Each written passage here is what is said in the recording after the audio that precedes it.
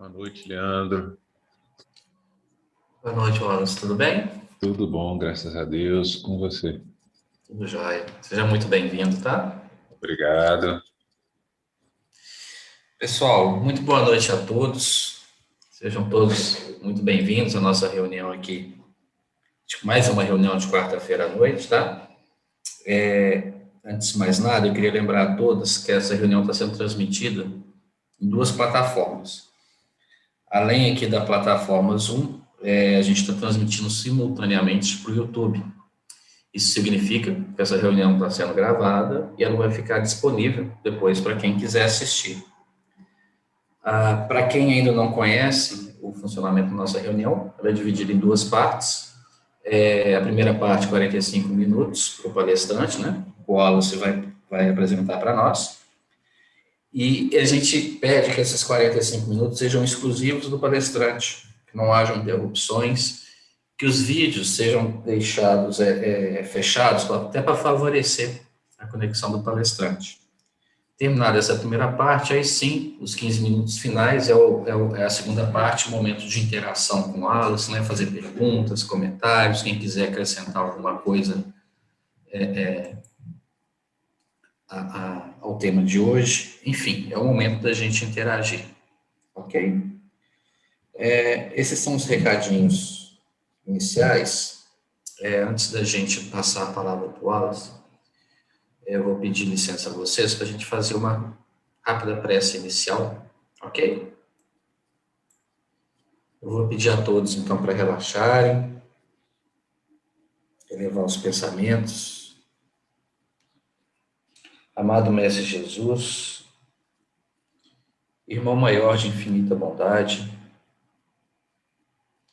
pedimos sua bênção, Senhor, nesse momento, quando nos encontramos todos espiritualmente juntos, buscando a comunhão de intentos, de ideias, para a prática do bem. Somos gratos pela oportunidade, pelas ferramentas que nos são dadas para a busca do nosso esclarecimento espiritual. Que os bons espíritos possam sempre intuir nossos palestrantes e permitir a todos nós o melhor proveito possível, levando ao final dessa reunião os ensinamentos e as boas energias para os nossos lares. Que assim seja, graças a Deus. Wallace, como eu estava dizendo lá no início, satisfação muito grande te receber aqui. Seja Também eu muito bem-vindo. agradeço. Obrigado, Leandro. Esse tema interessantíssimo de hoje. Eu Sim, vou sim. interromper aqui o meu compartilhamento de tela para que você possa ficar à vontade aí de só um instantezinho. Essa parte técnica eu garro um pouquinho, mas a gente resolve. Não, isso aí mesmo. Aí, acho que foi. Sim, já vai estar disponível. E a partir do momento que você puder, a gente já... Pode ficar à vontade, a palavra é sua. Qualquer coisa, é só chamar. Ok.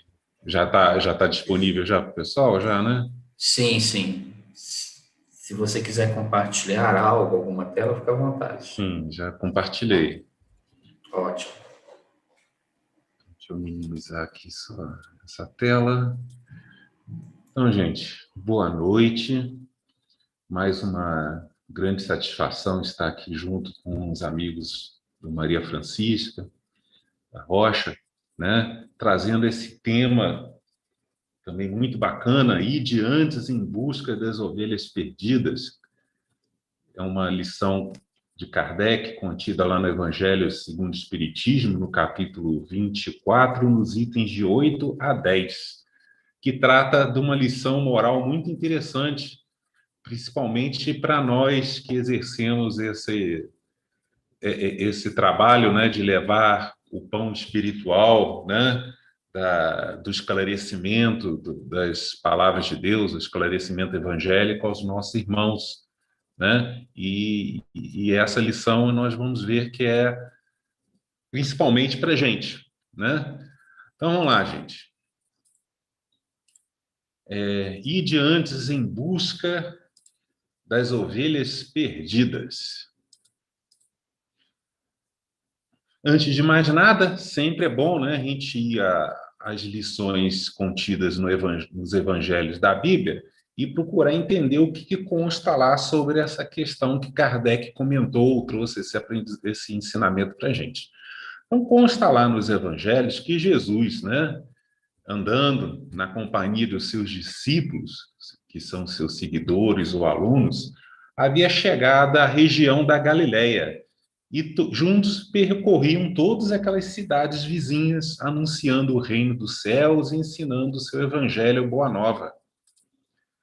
Porém, né, numa certa ocasião, consta lá no evangelho o relato de que Jesus chamou os seus 12 apóstolos, que eram os seus amigos e seguidores mais fiéis, e deu uma instrução para eles. O que ele disse? Consta lá que ele chamou os 12, né, e enviou eles em grupos de 2. E lhe deu uma orientação dizendo: não ireis pelos caminhos dos gentios, nem entreis em cidades de samaritanos, mas ide antes as ovelhas perdidas da casa de Israel. Quem são esses? Junto aos judeus, né?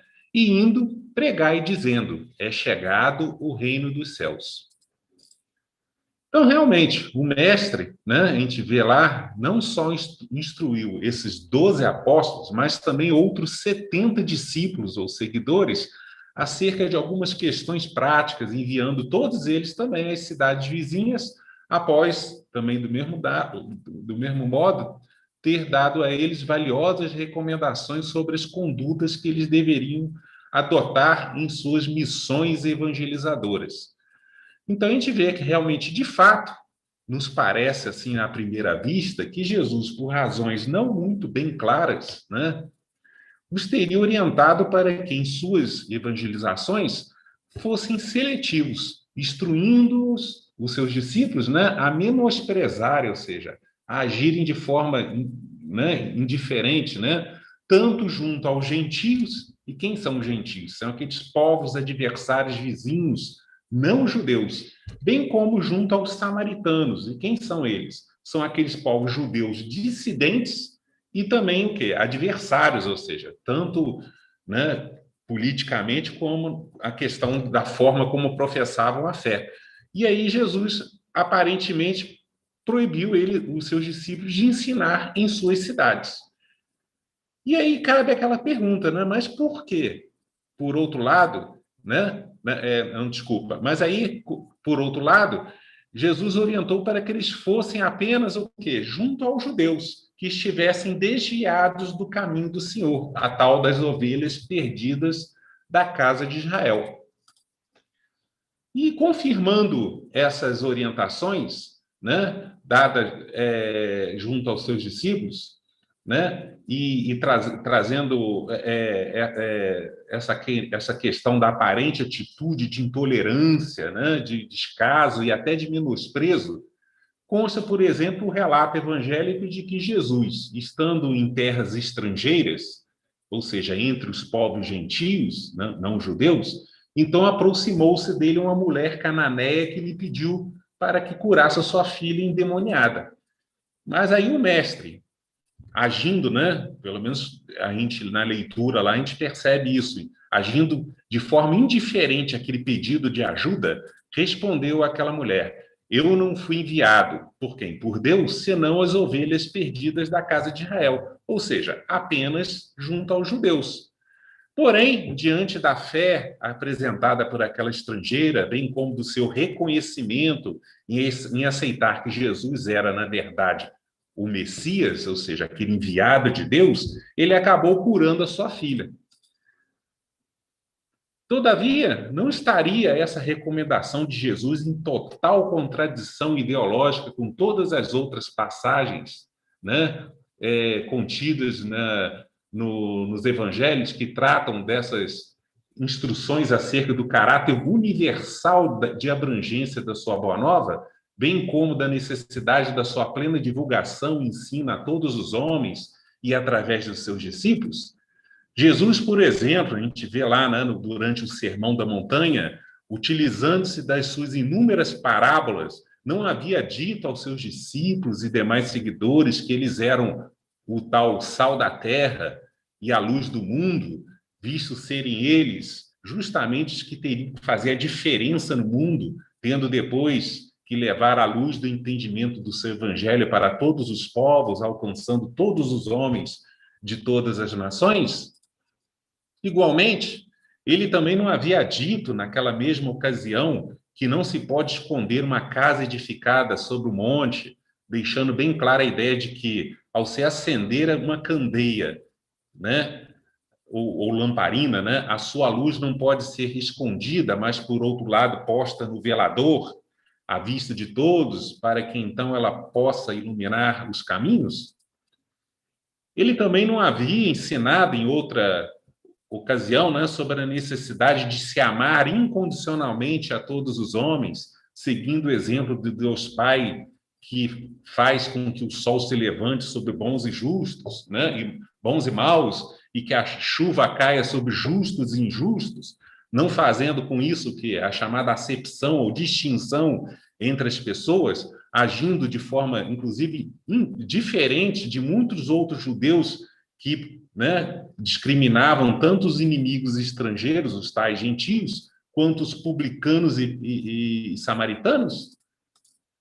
Ou ainda, né, trazendo outros exemplos, numa certa ocasião, estando Jesus lá no templo de Herodes, em Jerusalém, ele não havia explicado aos fariseus, que são os líderes religiosos daquela época, insensíveis ao seu ensino, dizendo: eu vim a este mundo para juízo, ou seja, para trazer a luz do entendimento das coisas espirituais, né, através do seu evangelho, a fim de que os homens que não veem, ou seja, que não compreendem as coisas, passam a ver, compreendendo, né? E os que veem, ou seja, os que pensam que compreendem, se tornem cegos, né? Ou seja, não percebam aquelas coisas porque não comungavam do mesmo entendimento. E aí, em seguida, ele prevendo que muitos dos judeus iriam rejeitar a sua doutrina, ele proferiu aquela parábola do bom pastor de ovelhas, revelando, né? Inclusive em termos de profecia, ainda tem outras ovelhas, ou seja, o símbolo dos homens, que não são deste aprisco, ou seja, desse curral, ou seja, os homens, se referindo aos homens de outros povos não judeus. Aí ele falou: também me convém agregar essas, e elas ouvirão a minha voz, e haverá um rebanho e um pastor, ou seja, se referindo a uma determinada situação no futuro. Por fim, Jesus, após a sua morte e aparição junto aos seus seguidores, não lhes havia recomendado claramente a irem por todo o mundo, até os confins da terra, fazendo discípulos entre todas as nações, instruindo-os acerca da luz da sua doutrina cristã, que é aquele cristianismo primitivo que foi ensinado naquele tempo, servindo assim como as suas fiéis testemunhas? Então, qual teria sido, na verdade, a sua real intenção ao tê-los orientado antes a não evangelizarem entre os povos gentílicos e samaritanos? Qual foi o motivo daquela sua orientação? Essa é a questão que vai ser apresentada nessa palestra de hoje. Então, segundo a lição fornecida pela grande maioria dos estudiosos e comentadores evangélicos, ou seja, não só espíritas, a resposta para essa pergunta é bem simples e lógica, não contradizendo a sua moral edificante. Então, vejamos. O primeiro argumento apresentado é o de que, conforme descrito nas muitas revelações contidas nas antigas escrituras judaicas, que os judeus chamavam de Taná, aquele previsto Messias foi, de fato, enviado por Deus, àquela época e em missão específica apenas aos judeus, visto que eles haviam sido previamente preparados segundo os propósitos divinos durante muitos séculos, e é isso que a história bíblica conta, ou seja, desde mais ou menos cerca de 1.300 anos de Cristo, quando ocorreu aquele período pós-exílio no Egito, né? Para receber, ou seja, eles haviam sido preparados para receber esse tal Filho do Deus único, ajudando assim a manter firme em suas mentes a fé na base doutrinária monoteísta contida na sua religião, que é o judaísmo, que a gente entende que foi aquela tal primeira revelação de Deus aos homens. Israel era, naquela época, praticamente a única nação declaradamente monoteísta, tendo depois, como preciosa missão, isso descrito nas antigas profecias do Antigo Testamento, né, que se fazer luz para todos os outros povos do mundo. O problema é que não cumpriram, né, eles não fizeram. Por isso é que Jesus, por exemplo, naquela sua enigmática conversa com a mulher samaritana junto ao poço de Jacó, lhe havia dito: a salvação vem dos judeus. Ou seja, ele estava falando dele próprio, né? Porque o nome de Jesus em hebraico é Yeshua. Yeshua significa salvação. Então ele está falando, eu venho dos gentios, né? A salvação se referindo a antigas profecias. Então, confirmando essa alegação apresentada, vamos ver o que Kardec explicou para a gente lá no Evangelho. Ele fala assim: antes da vinda do Cristo, com exceção dos hebreus, todos os povos eram idólatras e politeístas, ou seja, adoravam e acreditavam em vários deuses. E que os hebreus foram os primeiros a praticar publicamente o monoteísmo, ou seja, acreditar no Deus único. É a eles que Deus transmite a sua lei, primeiramente por via de Moisés, depois por intermédio de Jesus. Foi dado, né? Foi daquele pequeno foco que partiu a luz, ou seja, a doutrina divina, destinada a derramar-se pelo mundo inteiro, a triunfar do paganismo e a dar a Abraão, que é o patriarca, um dos patriarcas do povo hebreu, né? Uma posteridade espiritual tão numerosa quanto as estrelas do firmamento, ou seja, falando sobre uma profecia contida lá no livro do Êxodo.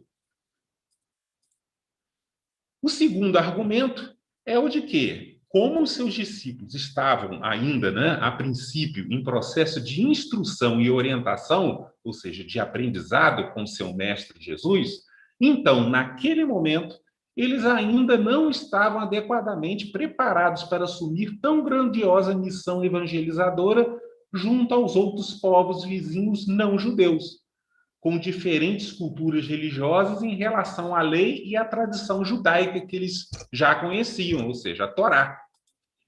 Enfim, naquele momento, Jesus ainda estava na fase preliminar de formação do seu seleto grupo chamado Colégio Apostólico, ou seja, ele ainda estava naquele processo de formação dos seus simbólicos pescadores de homens. Logo, naquela ocasião, eles ainda estavam num período de testes, sendo treinados apenas junto aos judeus, para que pudessem assumir mais tarde outras difíceis lutas na tarefa de difusão do seu evangelho pelo mundo. Desta forma, os judeus, afastados do judaísmo, ou seja, aquelas simbólicas ovelhas perdidas da casa de Israel, em especial, que a gente aprende lá no Evangelho, né, a questão dos humildes publicanos e os pecadores arrependidos, teriam naturalmente a primazia do recebimento da mensagem evangélica transmitida por Jesus. Mas a história bíblica demonstrou depois que o árduo trabalho que deveria ser desenvolvido junto aos gentios coube, a princípio, ao apóstolo Paulo de Tarso e seus companheiros, dentre eles Barnabé, Silas, Lucas, né? Conforme explicado, por exemplo, na parábola da semente do campo, vulgarmente conhecida como a parábola do semeador, as sementes do evangelho do Cristo encontrariam, a princípio, junto aos humildes judeus, um solo íntimo bem mais preparado para a sua semeadura. É essa a lição que foi dada. E, por fim, o terceiro argumento é o de que Jesus, na verdade, lhes havia orientado apenas a irem, o quê? Antes, primeiro, né? As ovelhas perdidas da casa de Israel, ou seja, primeiro os judeus. Baseado nessas anteriores explicações, então nós vimos que, embora os judeus fossem, naquela época, de acordo com os desígnios de Deus, o tal chamado povo eleito ou escolhido, essa primazia não representava nenhum privilégio exclusivo. Tanto foi que Paulo e Barnabé, numa certa ocasião, disseram aos judeus, consta lá no livro dos Atos dos Apóstolos.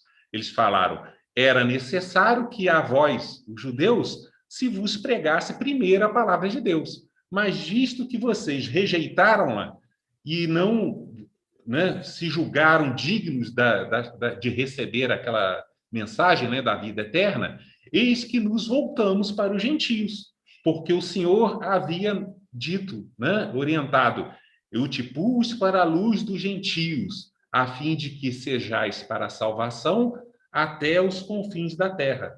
Ou seja, lembrando aquela profecia lá do livro do Êxodo, a promessa feita a Abraão, né?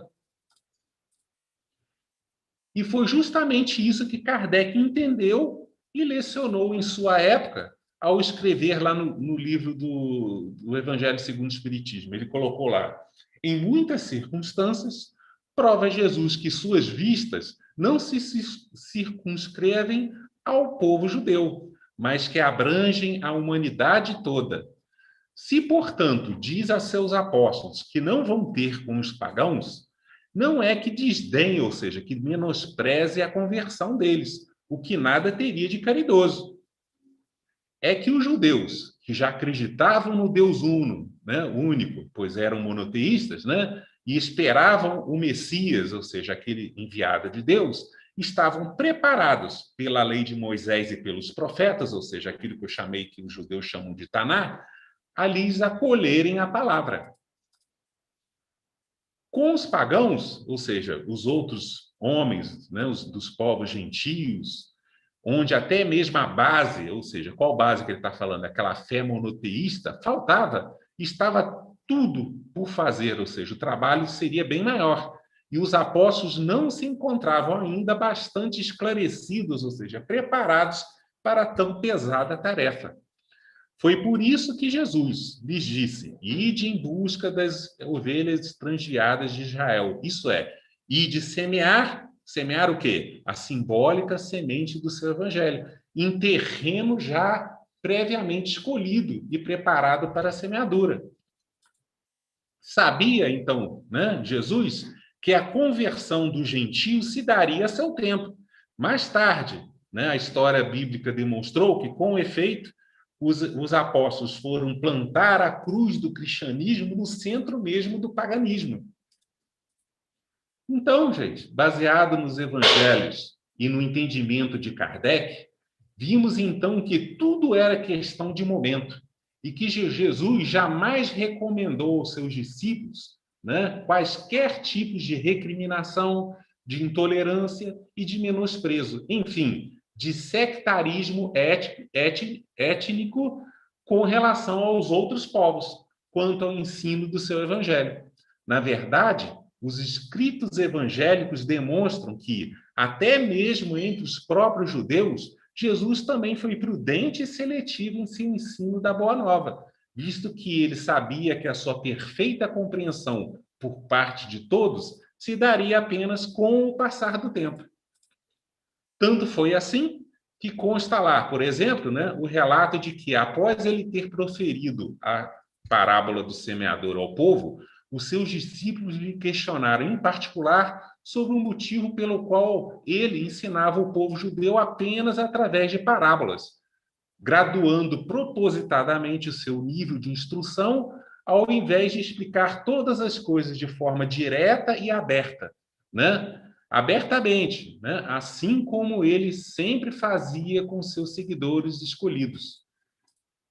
E aí Jesus, como resposta, citando o profeta Isaías, lhes disse: a vós, ou seja, se referindo aos discípulos, né, é dado conhecer os mistérios, ou seja, os segredos, aquela parte oculta, abstrata, a respeito dos ensinamentos do reino dos céus. Mas a eles, se referindo ao restante do povo, não lhes é dado conhecer ainda tudo naquele momento, porque aquele que tem o quê? O conhecimento, se dará mais conhecimento. Quando? No futuro, né? E terá em abundância. Mas aquele que não tem o conhecimento e até aquele que julga ter, lhe será tirado. O que ele está querendo dizer aqui? Porque aquela crença religiosa vulgar naquela época, ou seja, aquele juízo religioso, né, dos judeus daquela época, aquele entendimento iria ficar o quê? Obsoleto, porque seria substituído por uma outra que viria no futuro, vindo de outra nação, que a gente acredita que foi o quê? O tal do Consolador Prometido, que veio, né, praticamente 2.000 anos depois. Ou seja, o solo dos seus corações, que são aqueles juízos ou seus entendimentos, ainda estava o quê? Endurecido, ou seja, como se fosse um deserto, visto que eles encontravam-se, ou seja, naquele momento, incapazes de recepcionar em si, ou seja, em suas consciências, outros ensinos mais elaborados ou profundos da sua doutrina, aquele tal dos mistérios. E desta forma, eles naquela época rejeitaram tudo. Por isso é que Jesus, também durante aquele sermão da montanha, usando de sabedoria e prudência, alertou o povo, principalmente aos seus seguidores, dizendo: não deis aos cães, ou seja, aqueles perversos líderes religiosos daquela época, que seriam chamados falsos profetas, as coisas santas, ou seja, o ensino dos mistérios contidos na sua doutrina. Nem deis aos porcos, ou seja, aos homens mundanos, as vossas pérolas, ou seja, aqui é uma parábola, né, gente? O que ele está falando? A completa sabedoria ou essência contida na sua doutrina. Por quê? Para que não aconteça que ele as pisem com os pés, ou seja, as menosprezem, rejeitando, como de fato aconteceu, e voltando-se, vos despedaçam, ou seja, vos persigam e matem, né? Que foi o que aconteceu naquela época, né? Mas, por outro lado, demonstrando a eles como funciona o mecanismo de fornecimento espiritual e de recepção humana dos seus ensinos, lhes instruiu, né? Porque aquele que pede, né, receberá. Aquele que busca, vai encontrar. E aí ele coloca: bata e a porta será aberta a vós. Porque aquele que humildemente pede, recebe. E aquele que humildemente busca, encontra. E aquele que bate, a porta lhe será aberta. É essa a lição que Jesus quis dar naquele momento. Por outro lado, né, igualmente, quando, numa outra ocasião, respondendo a um questionamento feito por alguns discípulos de João Batista, quanto à sua postura pedagógica como mestre, eles disseram a Jesus, citando, né, o profeta Jeremias, né, quer dizer, Jesus citou a ele, citando o profeta Jeremias, disse assim: não se deita vinho novo em odres velhos. Aliás, rompe-se os odres e entorna-se o vinho. E os odres estragam-se, mas deita-se vinho novo em odres novos. E assim ambos se conservam. Também é outra parábola. Ou seja, o que ele estava querendo dizer? Que tudo era questão de tempo. E desta forma, eles deveriam agir com sabedoria e prudência, pois apenas os homens de boa vontade da nova geração futura, ou seja, os odres novos, é que iriam justamente cumprir aquilo que falou, pedir e buscar, estando assim dispostos a encontrar, visto que já estariam preparados para alcançar a capacidade de receber em si o simbólico vinho novo da sua sublime doutrina renovada, o outro consolador prometido que ele disse aos seus discípulos que iria vir no futuro. Os homens daquela época, ou seja, os odres velhos, ainda não tinham a plena capacidade de suportar em si, ou seja, de compreender a totalidade da sua doutrina, ou seja, o vinho novo. Mas depois, no futuro, todos os que, com humildade e boa vontade, pedirem e buscarem, certamente alcançarão essa capacidade. A esse respeito, Jesus também, em outra ocasião, após a multiplicação dos pães e dos peixes, aquela passagem, né, da multiplicação dos pães, estava numa sinagoga em Cafarnaum, quando então ele disse a alguns judeus que foram atrás dele buscando no outro lado do mar da Galileia, né, Jesus disse a eles: eu sou o pão dos céus. E naquele momento ele prometeu, garantindo: serão no futuro todos ensinados por Deus. Portanto, todo aquele que do Pai ouviu e aprendeu, vem a mim.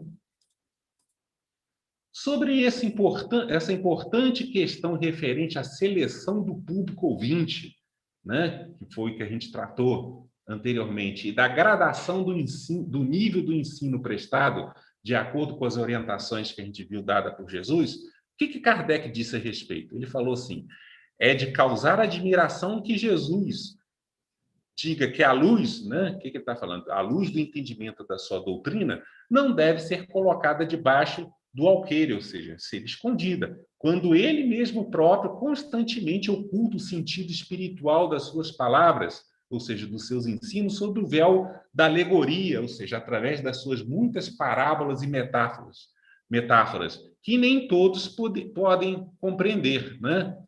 Aí Kardec, como resposta, esclareceu: pretendia Jesus, portanto, né? Ele procedia, portanto, com o povo, assim como se faz com as crianças cujas ideias, ou seja, as capacidades, os níveis de capacidade de compreensão, ainda não se desenvolveram. Deste modo, indicava o verdadeiro sentido da sentença. Não se deve pôr a candeia debaixo do alqueire, mas sobre o velador, a fim de que todos os que entrem a possam ver. Tal sentença, né, aí ele conclui, não significa que se deva revelar inconsideravelmente todas as coisas. Todo ensinamento deve ser o quê? Proporcionado à inteligência daquele a quem se queira instruir. Porquanto há pessoas a quem uma luz por demais viva deslumbraria, mas não iria esclarecer. Após, ele concluiu dizendo: as gerações humanas têm a sua infância, a sua juventude e a sua maturidade, ou seja, as suas fases de desenvolvimento de consciência. Cada coisa tem de vir na época própria, ou seja, do seu momento oportuno. A semente, que representa a verdadeira palavra de Deus, lançada à terra, ou seja, junto às consciências humanas, fora da estação, ou seja, no momento errado, não germina. Mas o que a prudência manda calar, momentaneamente, cedo ou tarde, será descoberto, porque chegados a certo grau de desenvolvimento, os homens procuram por si mesmos a luz viva, ou seja, eles buscam se esclarecer. Por quê? Porque pesa junto a eles a obscuridade, ou seja, aquele estado de ignorância. Tendo-lhe Deus outorgado a inteligência para compreenderem e se guiarem por entre as coisas da terra e do céu, eles tratam de o quê? De raciocinar sobre a sua fé. Então, aqui Kardec está demonstrando um processo natural, né, de desenvolvimento, de busca na questão da fé humana. Se, pois, em sua previdente sabedoria, Deus só gradualmente revela as verdades, é claro que as desvenda na proporção em que a humanidade vai se mostrando amadurecida para as receber.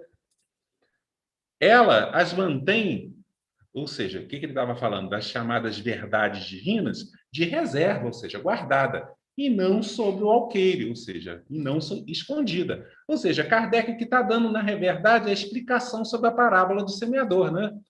Pergunta-se, que proveito podia o povo tirar dessa multidão de parábolas cujo sentido se lhe conservava impenetrável? Então, por que ele está querendo dizer? Por que Jesus, então, ensinava por parábolas? É de notar-se que Jesus somente se exprimiu por parábolas sobre a parte, de certo modo, abstratas, ou seja, profundas, aqueles chamados mistérios, né, da sua doutrina. Quanto à questão da moral cristã, que na realidade ela é a moral judaica, mas aperfeiçoada de acordo com a doutrina que Jesus trouxe naquela época, tudo o que disse a esse respeito é inteiramente claro, explícito e sem ambiguidade alguma.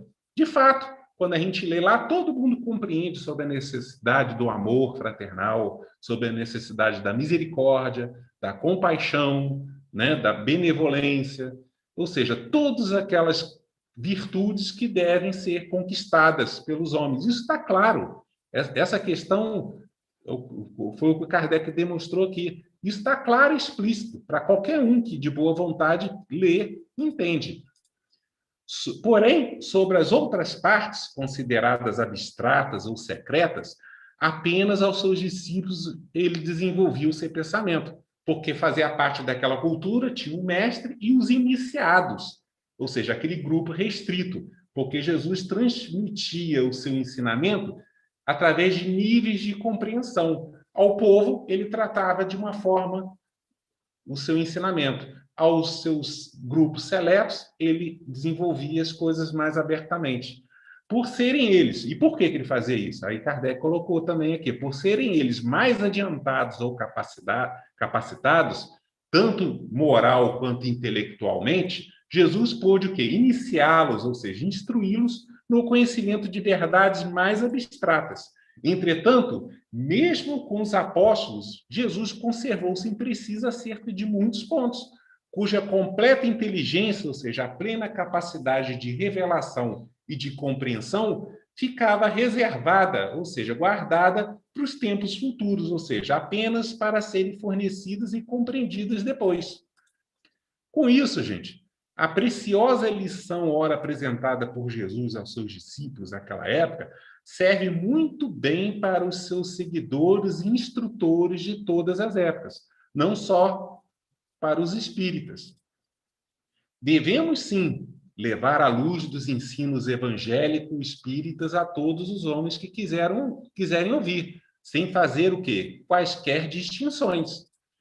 Porém, devemos ter a sabedoria e a prudência de apenas levá-las àqueles que não têm ou que estejam insatisfeitos com a sua própria crença e que, por sua vez, demonstrem boa vontade e humildade em pedir e buscar, estando assim dispostos a conhecê-la. Enfim, mais receptivos, desejando nos ouvir com atenção e confiança. Desta forma, o conselho do mestre é o de que é bem mais sábio e prudente deixar em paz aqueles que, insensíveis, resistem de forma voluntária, pois não querem nem ouvir e saber. Ou ainda deixar aqueles que, acreditando que já sabem de tudo, estão satisfeitos com a sua própria crença, não desejando nem ouvir, sequer compreender todas as novas questões espirituais apresentadas por uma saudável reflexão íntima. Cabe bem, né, como bem ensinou Jesus, tudo tem seu próprio tempo. A luz deve ser, sim, levada a todos, mas isso não significa necessariamente que ela chegará a todos ao mesmo tempo.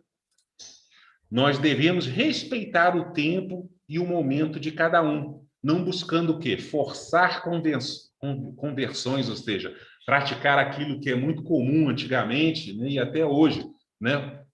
Praticar o proselitismo, ou seja, conversões em massa, forçadas, né? Esperando deste modo que todos aceitem a nossa crença, que comunguem daquilo que acreditamos ser o quê? A verdade, e que passem a qualquer custo e a qualquer tempo a pensar e agir conforme a gente deseja. E, ao levarmos a nossa luz de entendimento sobre essas questões filosófico-religiosas aos que realmente desejam recebê-la, também devemos ter sempre em mente a clara percepção de que nem sempre todos estarão preparados para recepcioná-la, tendo a mesma capacidade de visão, de compreensão e de aceitação do ensino prestado. A esse respeito, Kardec é bem claro, ele disse assim, essas palavras, ou seja, os ensinos, podem também aplicar-se aos adeptos e aos disseminadores do Espiritismo, ou seja, a nós que estamos aqui levando a palavra de Deus, segundo a visão espírita, aos ouvintes.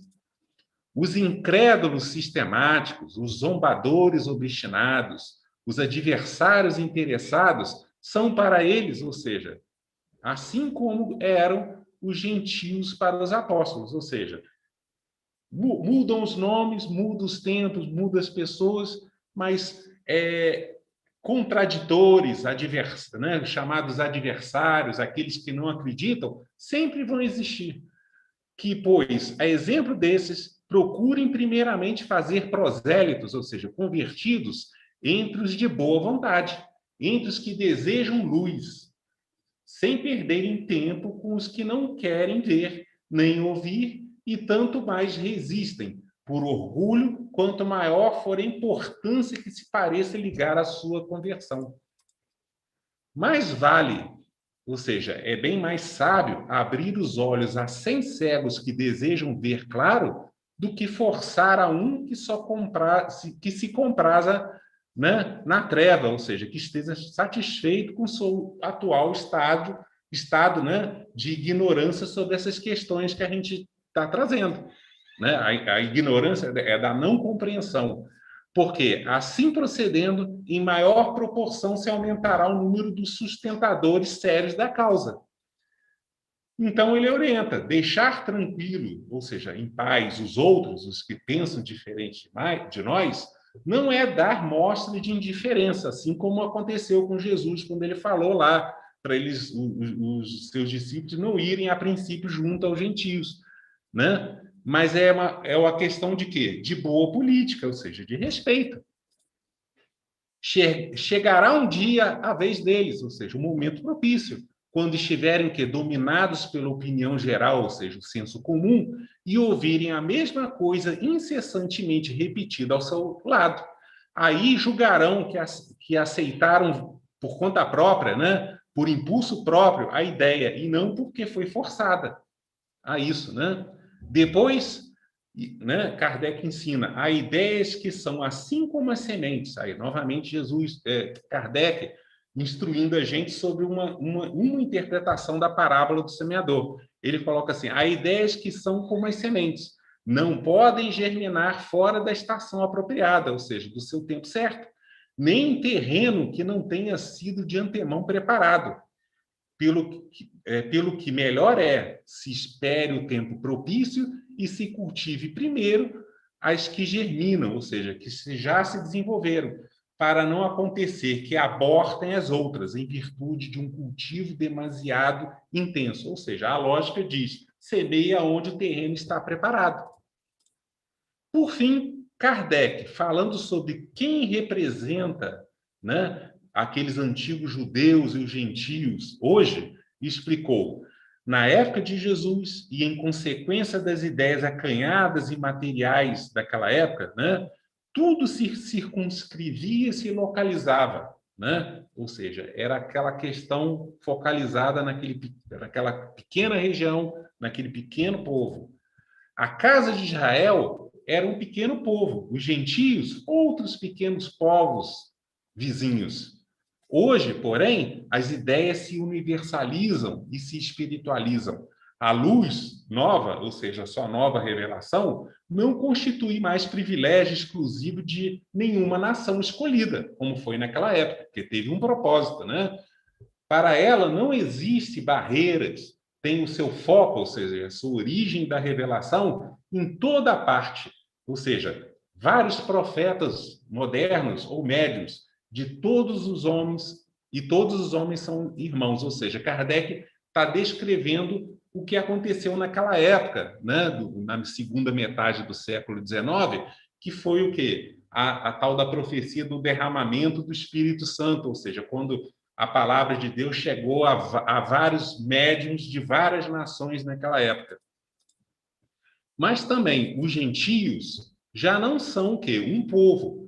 São apenas o quê? Uma opinião transitória e contrária com que se topa em toda parte. Ou seja, porque ainda se encontra presente nesse mundo. Está aí, né? Os adversários do pensamento espírita. E da qual a verdade, né? Ou seja, aquilo que a gente acredita, né? A verdade divina, triunfa pouco a pouco. Assim como o paganismo, que foi uma filosofia existente naquela época, triunfou, né? O cristianismo triunfou sobre o paganismo naquela época. Já não são combatidos com armas de guerra, que a gente estuda nos livros de história, né? Aquelas guerras santas, mas com a força da ideia, enfim, mediante uma boa reflexão, sem ideias pré-concebidas sobre os novos entendimentos ou interpretações existentes atualmente. Com isso, gente, obrigado pela atenção de todos. Espero que vocês tenham compreendido a lição que foi proposta. Boa noite a todos e até a próxima, se Deus quiser. Beleza, Wallace. Muito obrigado, viu, pela palestra maravilhosa. Pessoal, Deu tudo certinho? tudo certo. Nós vamos abrir agora, passar para a segunda parte da nossa reunião de hoje. esses minutinhos finais, são preciosos para a gente aproveitar e discutir o assunto, né?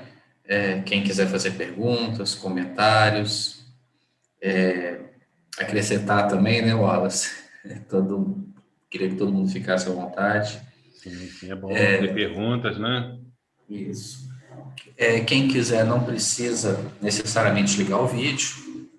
Se quiser também digitar no chat, a gente transmite para o Wallace, inclusive no chat do YouTube. A Raquel está lá acompanhando o chat para nós. E quem quiser participar por lá, é só digitar, ela passa para a gente aqui e a gente transmite para o Wallace. Então, queria que todos ficassem, por favor, à vontade para participar dessa discussão de hoje.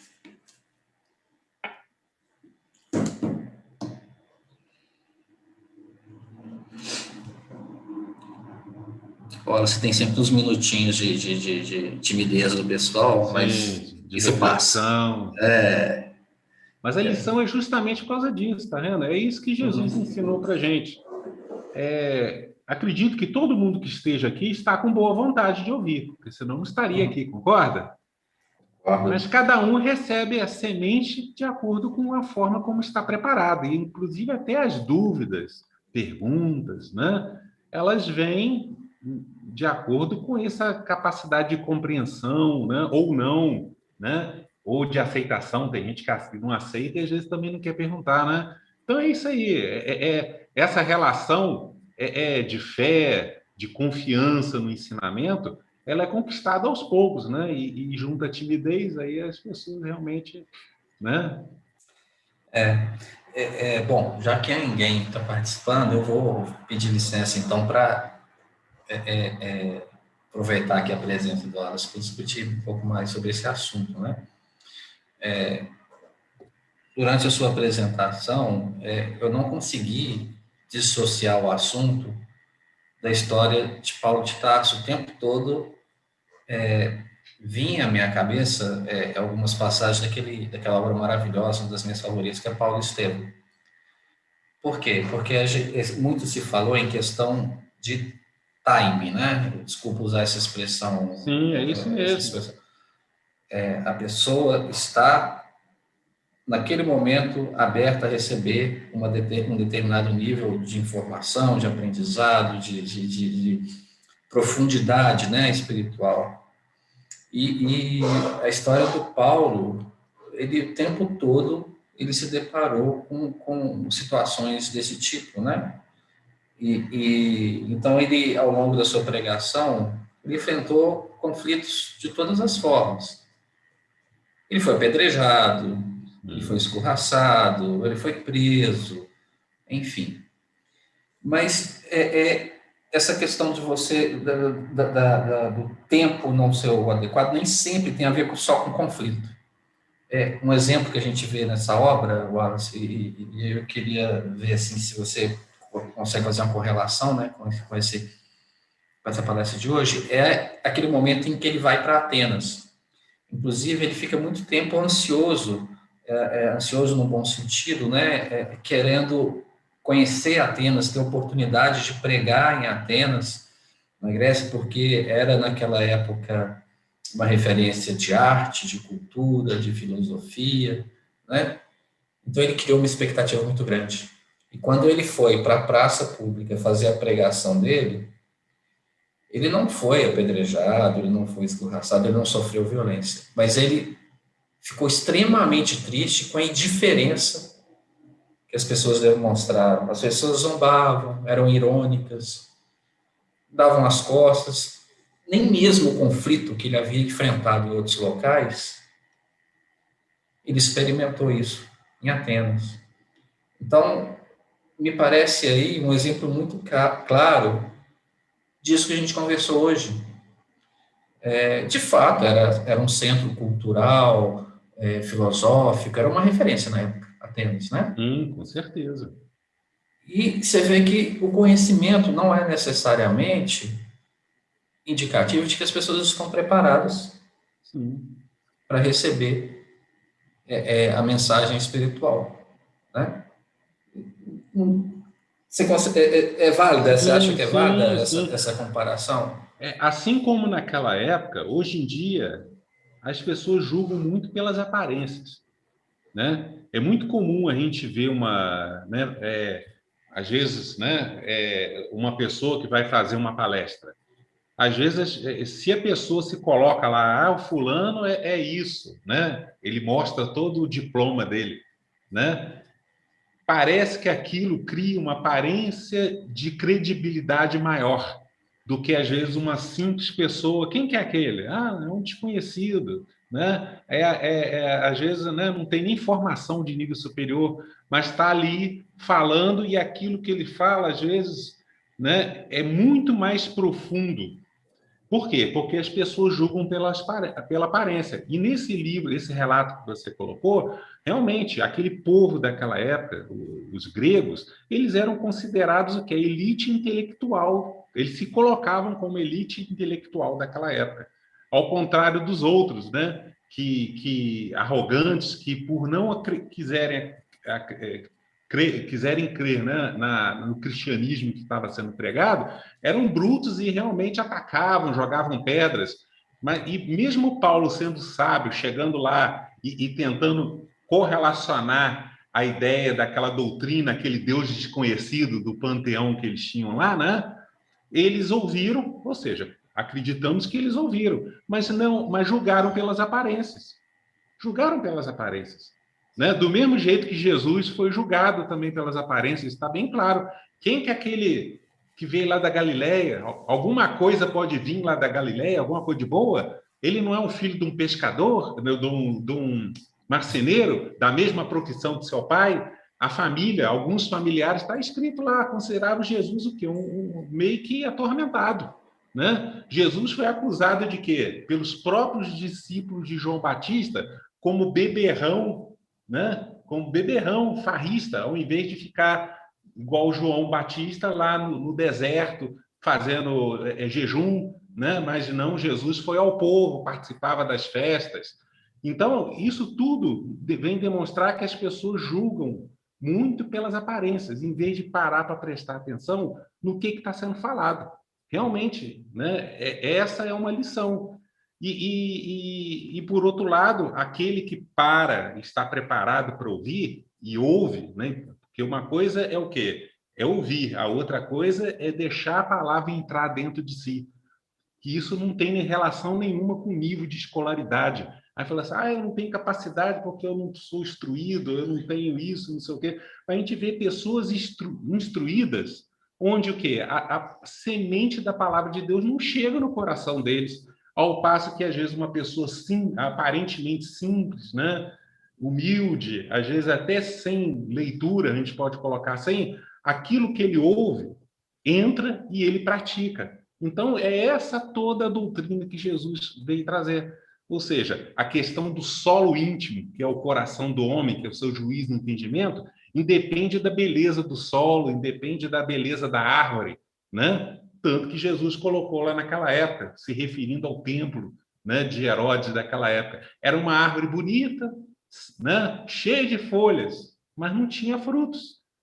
E a mesma coisa acontece com o homem. Às vezes a pessoa é bem posta, bem conceituada, né? Bem instrutiva, fala bem, se coloca bem, né? Mas vai ver o que ele fala, vai ver o que ele faz, principalmente, né? Porque às vezes fala até bem, soube absorver o conhecimento e repassar. Mas e aquilo que vem do seu íntimo, que são as obras? Será que ele fala, pratica aquilo que ele fala? Então, é essa questão, é o cuidado de quem fala também para o quê? Aquilo que foi colocado, não jogar a pérola aos porcos. Não adianta um instrutor querer chegar aqui e querer falar dos mistérios do reino dos céus, ou seja, daquelas coisas abstratas, né, difíceis de compreensão, já era naquela época e ainda continua sendo para muitos hoje em dia. Então, não adianta eu querer falar sem saber se quem está aqui está afim de ouvir, está afim de entender, e às vezes está afim de entender, ouve, mas alguma coisa acontece o quê? Que ele não compreende bem aquilo que está sendo falado, falta uma base. E isso daí, realmente, a gente tem que entender isso. O educador, né, não só nas questões religiosas, né, ele tem que saber ter esse feedback, né, perceber qual que é a ansiedade, qual que é o desejo do público ouvinte, e ele tem que passar a mensagem. Ou seja, ao mesmo tempo que ele tem que passar a mensagem, não colocar ela escondida, guardar para si, né? Ele também não pode também ficar querendo dar show, né?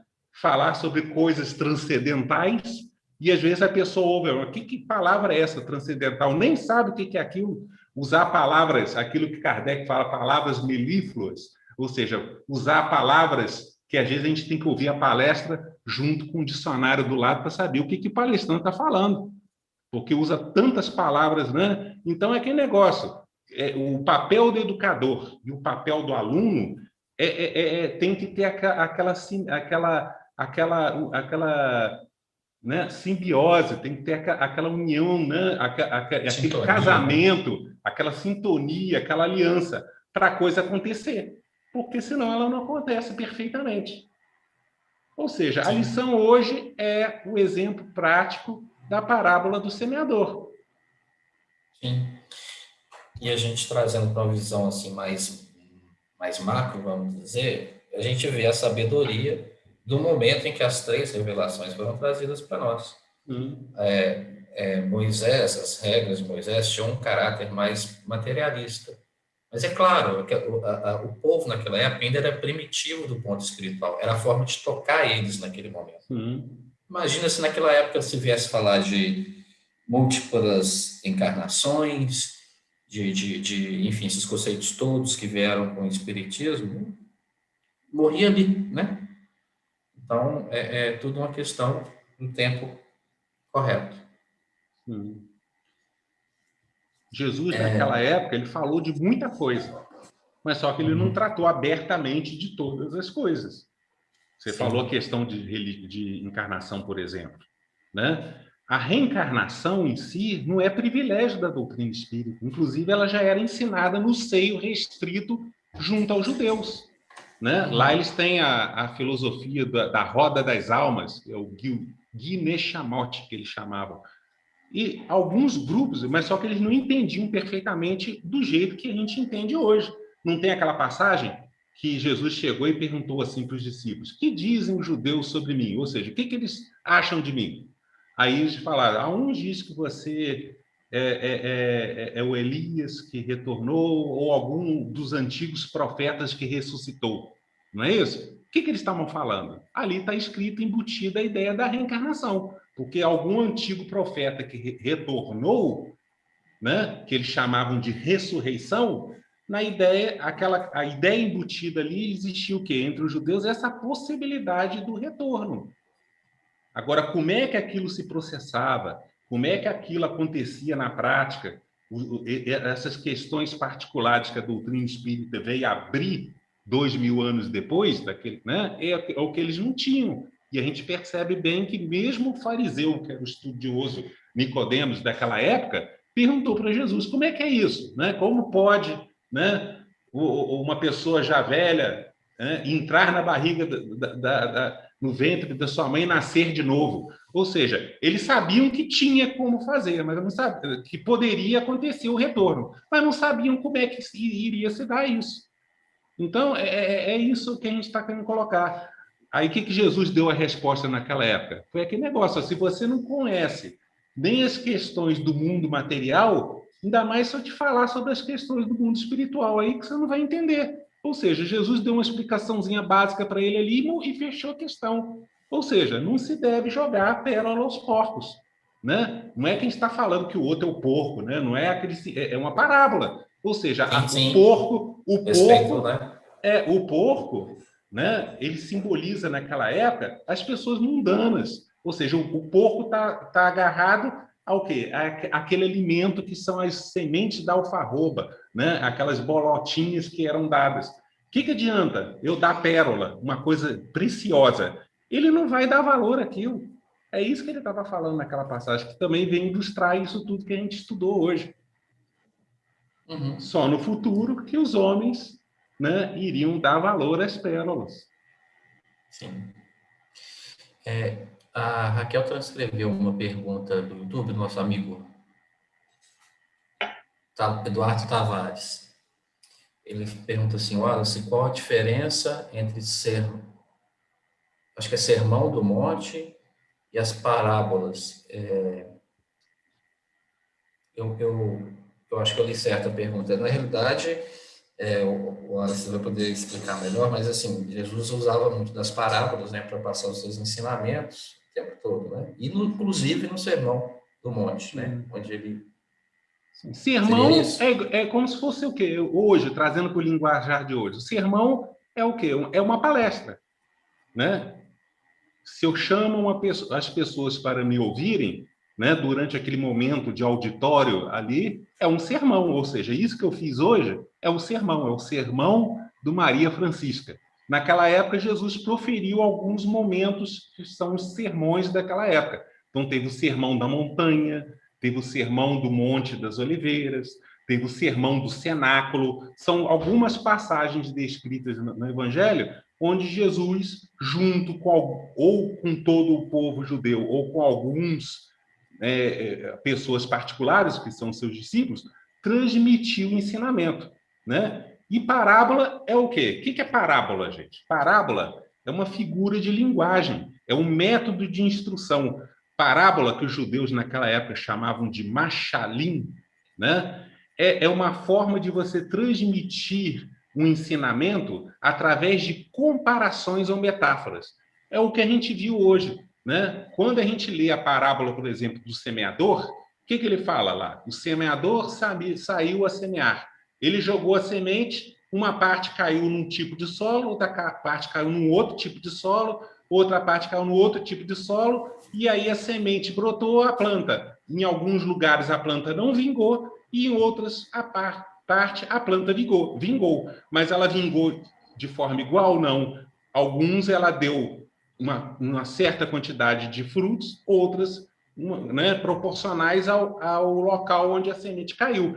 Essa é a parábola. Mas ele estava falando de semente? Não. Ele estava falando de solo, ele estava querendo ensinar a agricultura a plantar. Né? Quando ele falou da semente da parábola da rede de pesca, ele estava falando para os seus discípulos, João, né? Pedro, que eram pescadores. Ou seja, ele estava querendo ensinar pescador a pescar? Não, gente, ele estava falando de outra coisa. Isso é chamado parábola. É quando a gente usa um ensino, né, com algumas figuras, no caso, semente, solo, rede, peixe, para tentar falar outra coisa. Então, quando ele falava de vinho, na realidade, ele não estava falando do vinho de bebê, ele estava falando de outra coisa. Isso são as parábolas. E as parábolas foram ensinadas, que era a forma dele ensinar ao povo naquela época, nos seus sermões. E o mais Espero que famoso tenha deles ficado claro, né? Mais claro do que isso. Não, mas sim, nos seus sermões, e o mais famoso, pelo menos o que a gente mais recorre, é o Sermão do Monte, o Sermão da Montanha, correto? Sim, isso foi um dos principais que ele citou nos seus primeiros anos Uhum. de instrução. Que Jesus ficou, né, depois que ele iniciou a sua missão no mundo, né, com 30 anos, ele ficou 3 anos e meio junto com a gente, até ser morto, né, crucificado e morto. Então, o Sermão da Montanha, ele falou no seu primeiro ano, né? O outro sermão famoso, que é o Sermão do Monte das Oliveiras, onde ele falou o tal do sermão profético, ele tratou no último ano do seu ministério público, vamos colocar assim, do seu ensino aos judeus, e entre um e outro tem vários outros sermões, né? Sim. Por exemplo, quando ele falou sobre o Consolador prometido, ele falou num sermão que foi proferido dentro de uma casa, né, que foi emprestada para eles comemorarem o quê? A cerimônia da Páscoa. Aquele sermão é o chamado Sermão do Cenáculo. Cenáculo é o quê? Quarto. Sim. Eduardo, espero que tenha esclarecido. Obrigado pela sua participação aí, pela sua pergunta.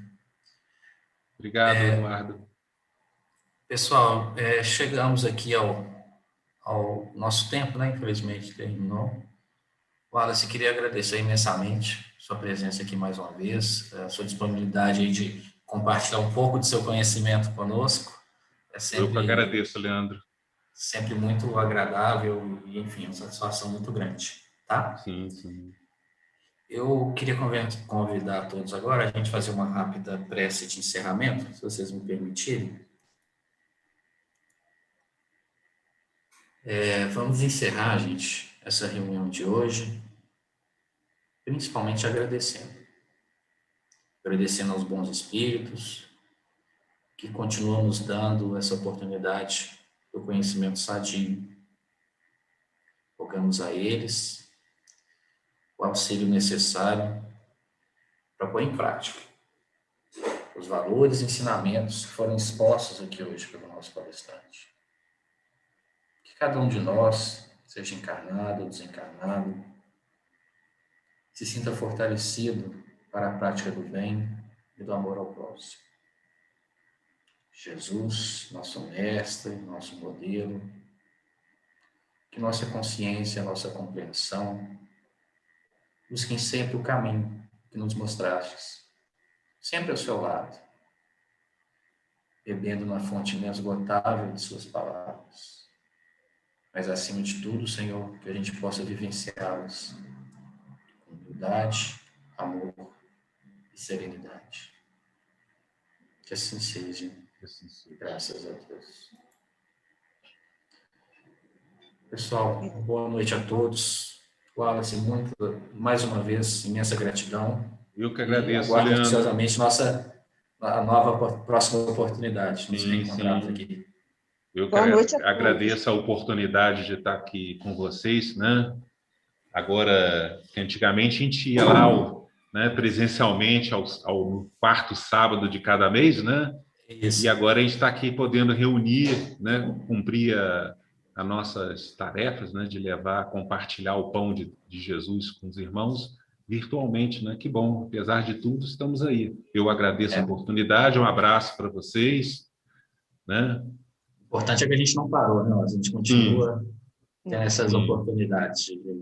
Os obstáculos existem, né? Mas a gente tem a capacidade de superá-los, né? Como estamos esperando muito bem. Parabéns ao trabalho de vocês, tá?